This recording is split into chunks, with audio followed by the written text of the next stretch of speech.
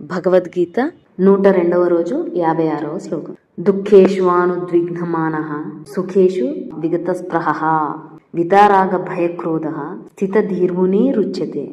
దుఃఖేషు అనుద్విగ్నమానః సుఖేషు విగతస్పృహః వితరాగ భయక్రోధః స్థితధిః మునిః ఉచ్యతే.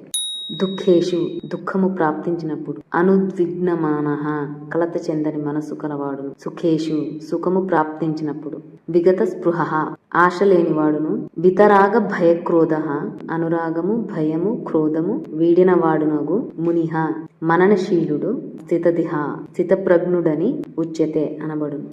దుఃఖములకు కృంగిపోనివాడును, సుఖములకు పొంగిపోనివాడును, ఆసక్తిని భయక్రోధములను వీడినవాడును అయినట్టి మననశీలుడు ముని స్థితప్రజ్ఞుడనబడును.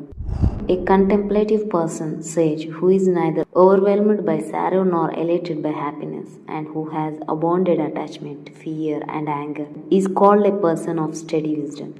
నేను దీని నుంచి ఏమర్థం చేసుకున్నానంటే, ఏదైనా దుఃఖం బాధ కోల్పోయినప్పుడు ఏదైనా సంఘటన జీవితంలో జరుగుతాయి. సో దాని గురించి ఎమోషనల్గా ఫీల్ అవ్వచ్చు, కానీ దాని గురించే ఆలోచిస్తూ పదే ఆలోచిస్తూ అదే పాస్ట్లో గడుపుతూ దాన్నే ప్రజెంట్ చేసుకొని దాన్నే ఫ్యూచర్ చేసుకొని కృంగిపోకుండా ఎవరైతే ఉంటారో, అలాగే హ్యాపీనెస్ అంటే ఏదైనా మంచిగా సుఖం పొందినప్పుడు హ్యాపీనెస్ ఫీల్ అవ్వచ్చు, ఇట్స్ అన్ ఎమోషన్. బట్ అదే మొత్తం లైఫ్ అనుకోవడం, ఏదైనా మంచి ప్రేమ దొరికినప్పుడు, విక్టరీ లభించినప్పుడు ఇంకా ఇదే జీవితం అంటే అని ఉప్పొంగిపోతారు చూడండి, అలా పొంగిపోనివాడు ఇంట్రెస్ట్ని, యాంగర్ని, ఫియర్ని, ఇలాంటి ఎమోషన్స్ని వీడిన పర్సన్ని స్థితప్రజ్ఞుడు. స్థిత అంటేనే తెలుస్తుంది స్టడీ అని, ప్రజ్ఞుడు అంటే విజ్డమ్, నాలెడ్జ్ పర్సన్ అని. దాన్నే సేజ్ అంటారు కదా, సేజ్ అంటే ముని, యోగి అని అంటారు కదా. మనం కూడా అలాగే ఉండాలి అంటే ఉండడం కష్టం, చెప్పడం ఈజీ అనుకుంటారు, కానీ అలా ఉండడం అనేది ఉత్తమమైంది కదా. అండ్ అలా ఉన్నప్పుడే మన కర్మని, డ్యూటీని శిద్ధతో చేయగలం కూడా.